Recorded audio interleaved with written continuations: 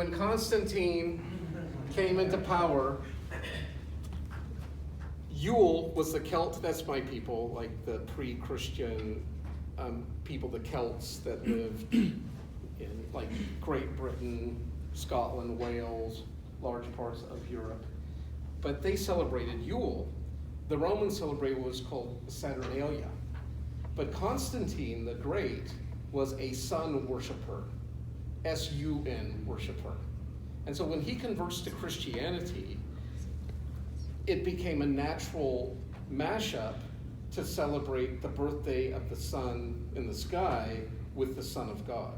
And so they simply made the sun's birthday the Son of God's birthday in Saturnalia. And they kept a lot of the traditions.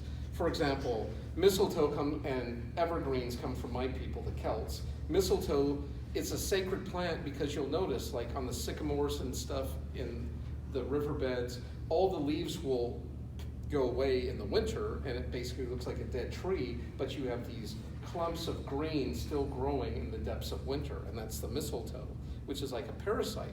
But the Druids saw that as like this sacred plant showing immortality, everlasting qualities, and so they would harvest it with silver sickles under full moons, and they would use it in rituals.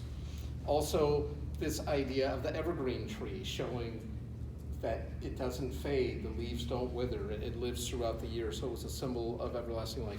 The Yuletide logs, this had to do with sympathetic magic, because at this time of the year, the days are shorter and the sun appears to be dying, losing its strength. And so people throughout the world would make huge bonfires at this time of the year as like a type of sympathetic magic. We still do Yuletide logs. We put like fairy lights on our trees to bring light into the darkness. But this is all pagan sympathetic magic. And I'm not saying you should never celebrate Christmas or Saturnalia or anything like that again. But if you're not aware of this syncretism, you can imagine the confusion. If someone just saw that video and didn't know all this stuff, that could be really disturbing to them. And like, what's going on? The Romans, in their festivities of Saturnalia, they would actually elect a king for the day.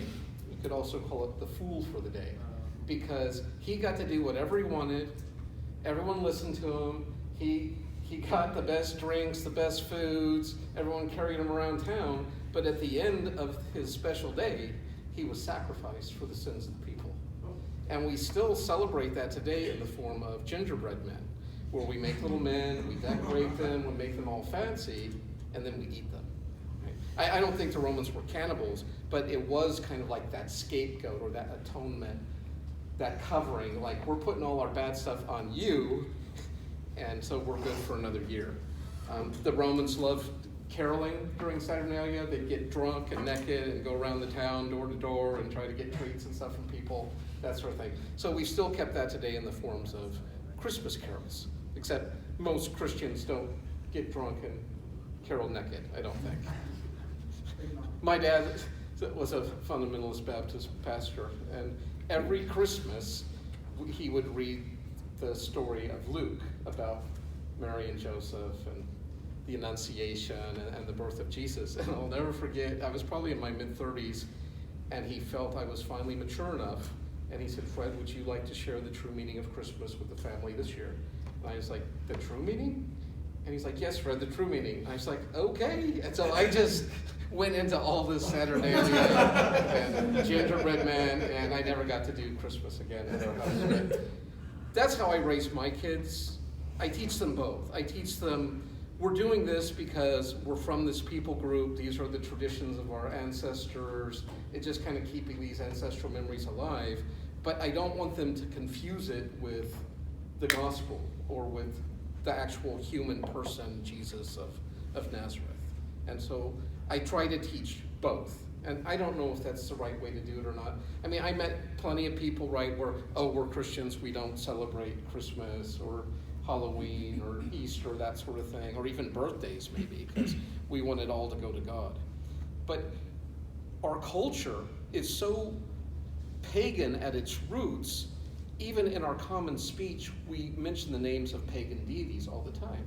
If you were raised Hebrew in that theocratic sort of God-centric culture, Even your days of the week were like first day of creation, second day of creation, all the way to the day of rest, right? And those became how you were supposed to live and conduct your cycles of life. And when you look at their holidays, they usually had to do with some act of God's redemption, whether it's Passover or Feast of Tabernacle or Feast of Lights or these sorts of things where you're celebrating some deliverance of God. Think about the pre-Jewish or pre-Christian rituals and the names of the week, right? Monday, the day of the sun, right? Tuesday, who knows what Tuesday's from? I don't remember. Wednesday, miércoles, is that Mars? Mercury, the god Mercury. Thursday's Thursday, Friday's for Frida, Saturday for Saturn, and Sunday for the day of the sun.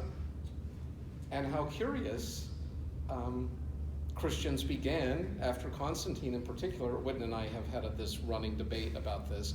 I believe it's primarily after Constantine, Christians began not to worship like the Jews on Friday sunset to Saturday sunset, which is the Sabbath, but they began to use Sunday, the day of the sun, as a day of worship. Fascinating. And that's why you get Seventh-day Adventists, even to this day, saying, can't you see the syncretism? Come back, you're drifting too far from shore. And that's part of where you get these sorts of things.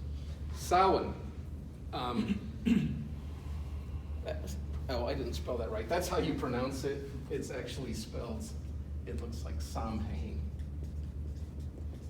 I think that's right. But it's pronounced Samhain. And this is what our culture celebrates as Halloween. Dia de los Muertos, the Obon Festival in Japan. The Day of the Dead is another one of those things celebrated around the world. And October 31st was the Celtic New Year, where they believed the veil between the physical world and the spiritual world was the thinnest, and so spirits of the dead could pass back and forth, and you might even be sucked over onto the other side.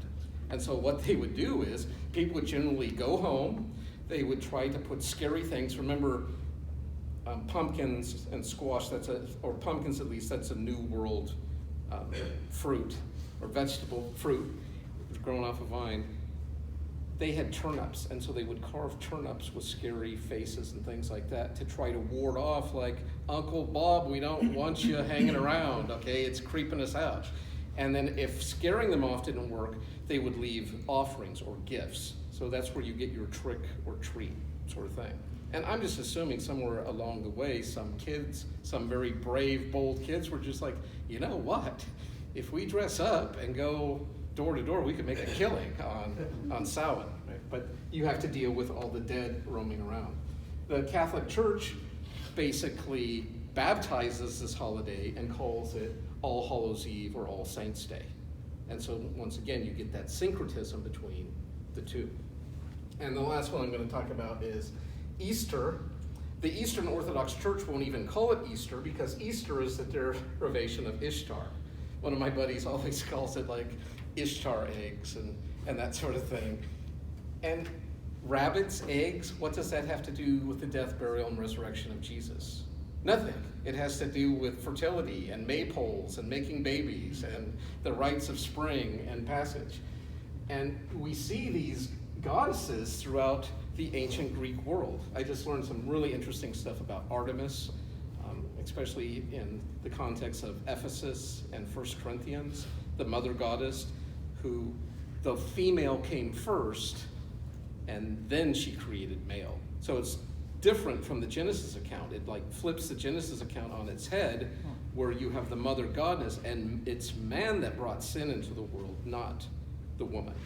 And so men are seen as suspect. Fertility, rituals, etc. Resurrection Sunday is the preferred Orthodox. Okay. Questions, comments on this sort of thing?